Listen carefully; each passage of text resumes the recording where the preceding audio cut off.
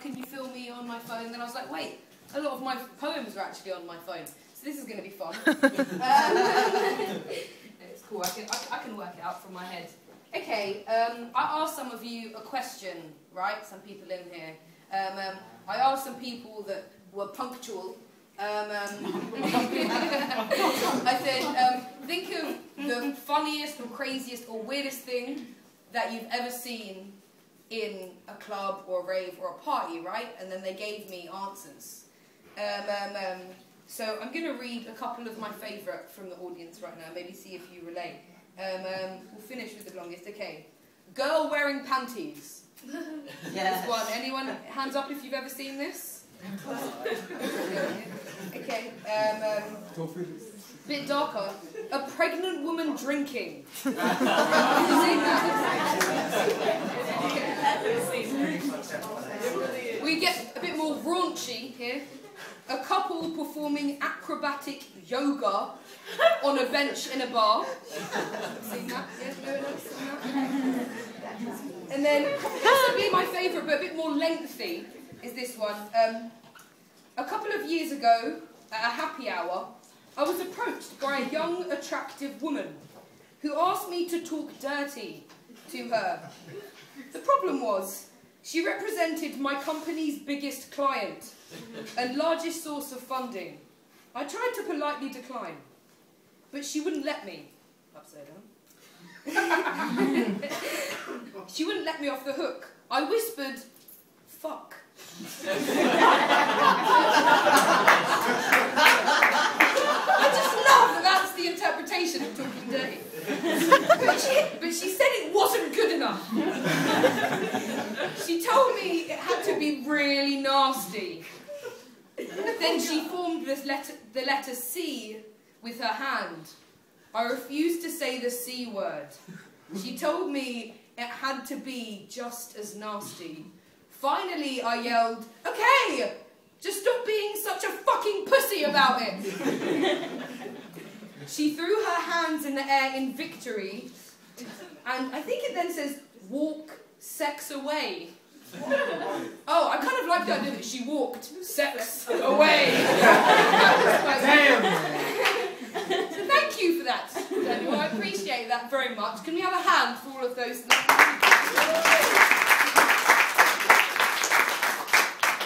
Okay, so I've decided that, you know what, we had a conversation, I said I don't do New Year's resolutions. Actually, I will do a New Year's resolution, because during this trip, I've decided I want to be more vulnerable.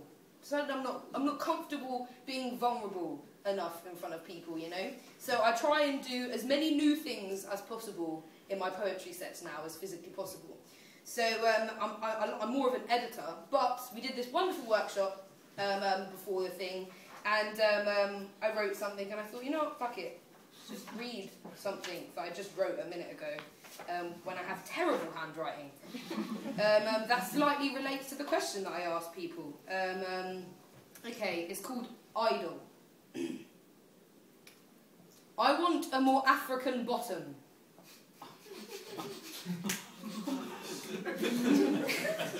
That's the missing link. A batty a baby could be propped up on. I really, this has been a long time thing that I felt this way. Since I was 16. I want to be able to make a monobrow look cool. I want lots of things, actually. Like paint cans filled with condensation, and dark rooms made misty white by heat and sweat, when its sheepskin cover cold outside. I want to write application forms that leak like naked torsos. I want to wear socks as yellow as UV-lit skin. I want to be able to do a headstand as straight and smooth and neck-wrenching as your wit. I want to be able to be as confident speaking a 20-minute poem as the one European girl being chucked in the air by all the black guys that are taller than 6 foot. Be the DJ.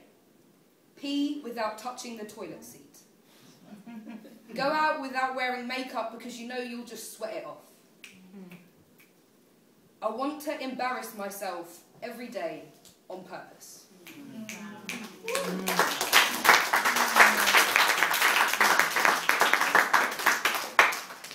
I want to do something else that's new. So the reason I'm in America is because there's this really crazy scholarship funded by the Roosevelt family called the Nottinghamshire Roosevelt Travel Scholarship. So where I live in Nottinghamshire, you can apply for it if you're a young person and say, look, I'm really good at what I do, let me go be better at it. And then I cried in my interview, so I was like, oh, I really love it. And they were like, oh my gosh, she's quite cute, you know, just crying, let me come. But I would like to think that it wasn't because I cried and I'm cute. It was, it's because I do a lot of work with young people, and I really believe that spoken word can change lives, because it changed my life. Furthermore, I believe that spoken word is underrated. It's in this little niche, little cool underground thing that occasionally off-the-cuff newspapers write articles about, you know, it's on the edge. But really, I just think that it's communicating effectively, you know, and who doesn't need to do that? So I work with a lot of young people, and they've been writing while I've been away, and they've been sending me poems. So I thought, you know, it'd be cool if they just sent me little haikus and little short poems. If between each of my poems with you today, I'll just read one of their poems. Is that okay? Yeah. And then I can put this video on YouTube, and you can all be like, yeah! Woo!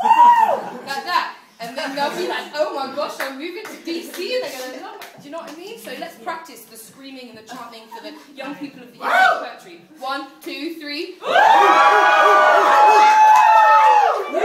was good. I like that. Oh my god! So I'm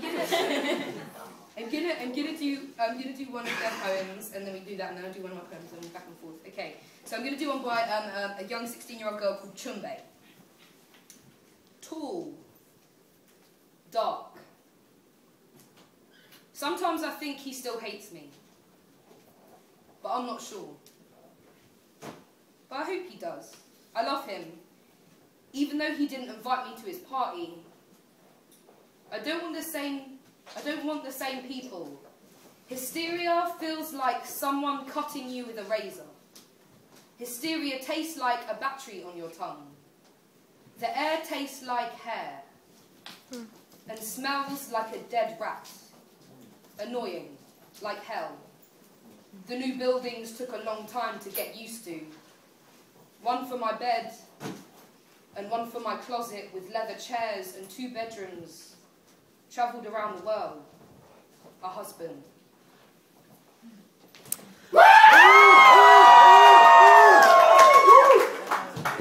Okay, cool. I was going to do loads of new poems, but they're all on the phone that's recording these, so I can't do that. I'm really sorry about that.